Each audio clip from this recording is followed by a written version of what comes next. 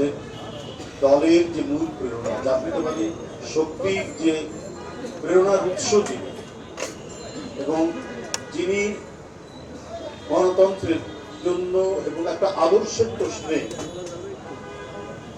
কি ভয়ানক বিপীড়ন নির্যাতন সহ্য করেও আকস্মিক থাকতে পারে, তার যেন গোটা বিশ্বের কাছে একটা দৃষ্টান্ত হিসাবে তিনি আজও আমাদের মাঝে বেঁচে আছে। ধীরে ধীরে তাকে শেষ করার চেষ্টা করা হয়েছে, এখানে বক্তারা বলেছে। সেই জীবন সংগ্রাম, সেই জীবন মৃত্যুর সংগ্রামের মধ্যে আজকেও এই মুহূর্তে সর্বশেষ তিনি তার নীতি এবং আদর্শ দিকে বিচ্যুত।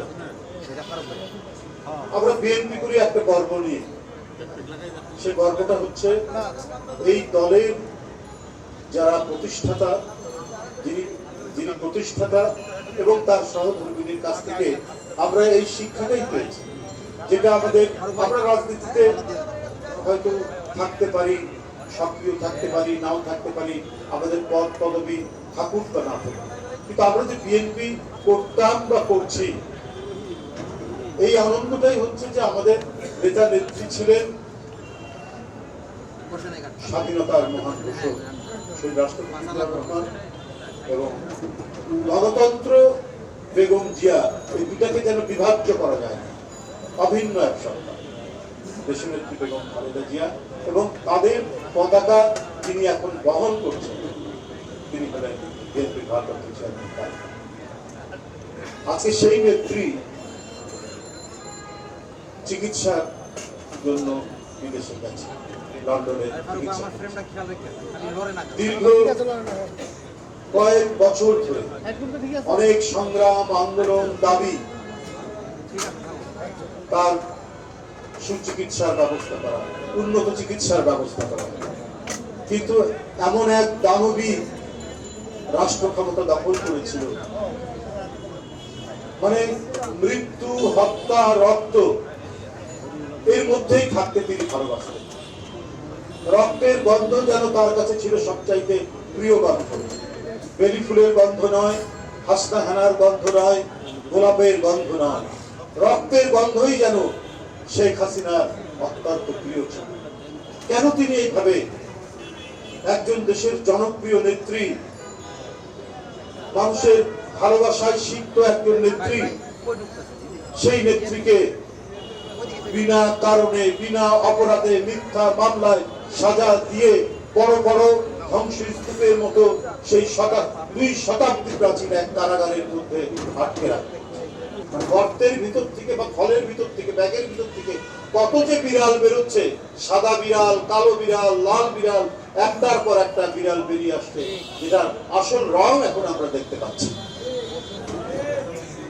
আমি তত্ত্বাবধায়ক সরকারের যে স্বরাষ্ট্র উপদেষ্টাকে ধন্যবাদ দেই। ভাই, প্রথম দেখলাম ভারতের কাঁটাতারের বেড়া, মানে ছাড়া, কোন ধরনের আলাপ আলোচনা ছাড়া কাঁটাতারের বেড়া দিতে গিয়ে বিজিবি এবং জনগণ যেভাবে প্রতিরোধ করেছে তার ছবি আপনারা নিশ্চয়ই দেখেছেন। জিয়াউর রহমান, শহীদ জিয়া এবং দেশনেত্রী বেগম খালেদা জিয়া, তিনি প্রতিটি কথা অক্ষরে অক্ষরে তিনি পালন করেন।